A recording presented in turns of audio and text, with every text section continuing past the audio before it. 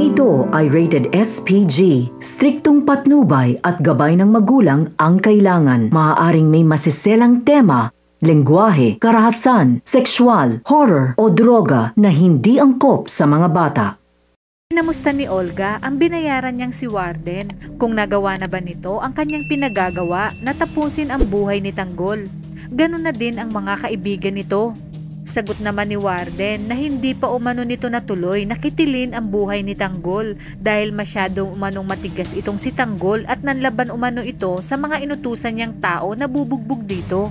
Nagkarambulan pa umano at napatumba pa ni Tanggol ang isang hari sa isang selda kaya nakahanap pa ito ng kakampi at halos lahat umano ay nakatingin kay Tanggol at binati pa ito sa husay nito sa pakikipagbakbakan. Kaya naman dito ay nahirapan silang gumalaw.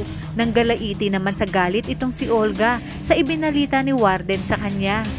Sa kabilang banda, si Camille na nga ang magiging dahilan upang makita ni Rigor ang tunay na pagkatao ng paborito niyang anak na si David.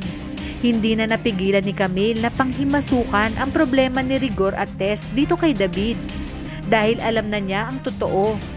Sa pagbalik ni Camille sa kanilang bahay ay naabutan niyang mag-isa si Rigor na tila may iniisip ito.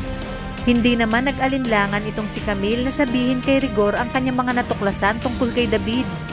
Ngunit hindi nga naniwala itong si Rigor sa mga sinabi ni Camille dahil mataas ang tingin nito sa anak niyang si David.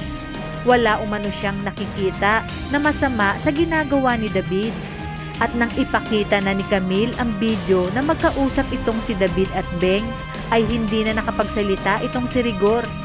Matibay na katibayan na may motibo umano itong si Beng kay David at kailangan umano niya itong alamin kung ano ang pakay ni Beng kay David sa lalong madaling panahon dahil baka mapahamak umano itong si David.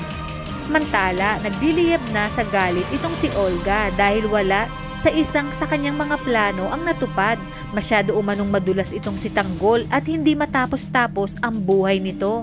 Ngunit hindi umano siya titigil hanggat hindi niya ito napapatay at hindi nito napagbabayaran ang pagkapatay nito sa kanyang anak na si Greg.